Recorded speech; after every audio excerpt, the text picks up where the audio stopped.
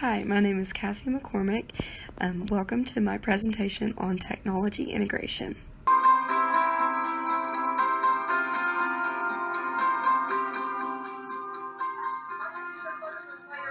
think to define technology integration, it's really using whatever resources you have to the best of your abilities. Technology integration can be defined as the use of technology, which could be computers, mobile devices, digital cameras, social media platforms, and software applications in daily classroom practices and in the management of the school.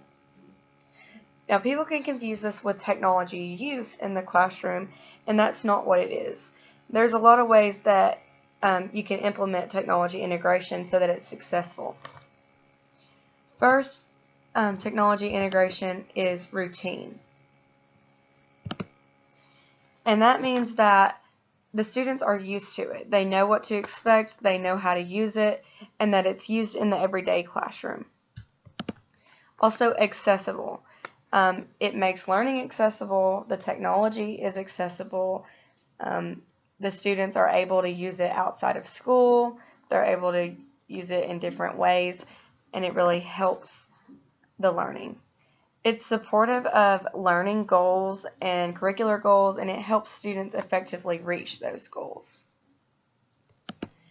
Also, planned and purposeful. It's not thrown together in the morning because you forgot to plan your lesson, or it's not just, oh, we need to have them do something, so we'll let them play on the computer. It's purposeful, and it really reaches the goal of that lesson. It's also engaging. The students like to use it, and it helps them learn the material. It's student-centered, so the technology use in a technologically integrated classroom is not the teacher using the technology to teach the students or the teacher using the technology in front of the students while they watch. It's student-centered. The students use it mostly, and they use it to find out information. And also, technology integration is successful when it's essential to the activity. It's not a peripheral activity or something that could be done without technology. It's essential.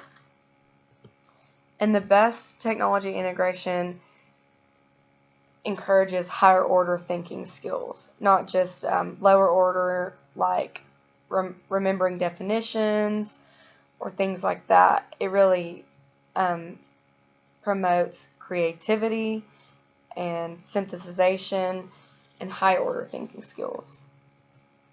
And lastly, it's collaborative. It really supports collaboration, and students can collaborate with one another inside and outside of the classroom.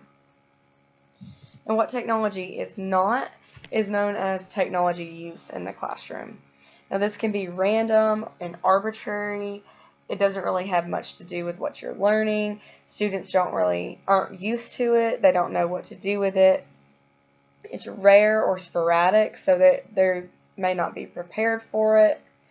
Sometimes it can be instructional, so where a teacher, instead of teaching, they'll just pull up a video and show the students a video of what they were teaching. Or it's instructor-centered, where the instructor is using the technology while the students just watch them do it. Lower order thinking is another way that technology integration is not successful, or where it's just technology use. This could be remembering facts or reiterating facts. It doesn't have anything to do with higher order thinking skills like creating things and synthesizing things. It's also individually used, and that doesn't promote collaboration or anything like that.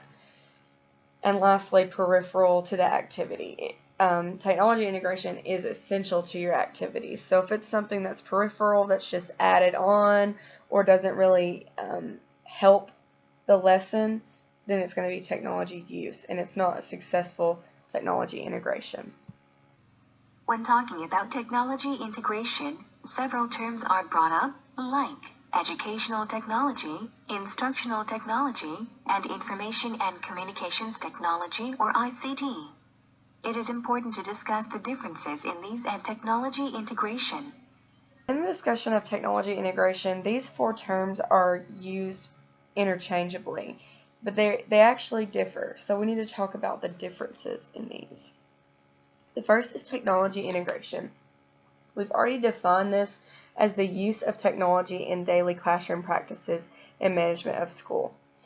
And we've already talked about the successful ways that technology integration can benefit the classroom. The next thing is educational technology. And this sounds a lot like instructional technology, but the difference is that this is really the means to reach goals that instructional technology has. So it's specific to the development of teaching and learning, and it applies theories of instruction, learning, and behavioral and cognitive psychology to the assessment and design and implementation and evaluation of instructional material. It's an approach used to achieve the ends of education, and it's a procedure for the use of instructional technology. It's also more of the study and ethical practices of the use of technology to facilitate learning, whereas instructional technology is the tool to the ends of education. So it's broader than educational technology, and it deals with the process of using technology for instruction. It describes technologies that facilitate access to information of all types. So this is more of the tools to facilitating learning, whereas educational technology is the approaches and means of facilitating learning. And lastly is information and communications technology, which is the umbrella term that includes any communication device or app. This could be radio, television, mobile devices, computers, satellite, any applications you could have on your mobile device, any kind of services or platforms that can be used. And this is important to technology integration because they're the devices that are being used, and they implement communication. Researchers have been looking into the effects of technology integration in the secondary classroom, and they have found surprisingly beneficial results. Let's look at how it has helped Harrison Central High School in their academics and extracurricular activities. Data from the cheerleader workouts is given to students in an Algebra 2 class for analysis. These students are just learning how to graph equations, and instead of just plain graphing numbers, we're graphing real data so they can have something meaningful for their work. Right now I'm tracing myself so I can determine my velocity of the ball. In this physics class, students use video cameras, photo gates, and other high-tech gadgets to explore the science behind their personal passions. If you consider a minute ago, you went from up there to the floor in a 30th of a second. So your acceleration and your average velocity was a lot faster.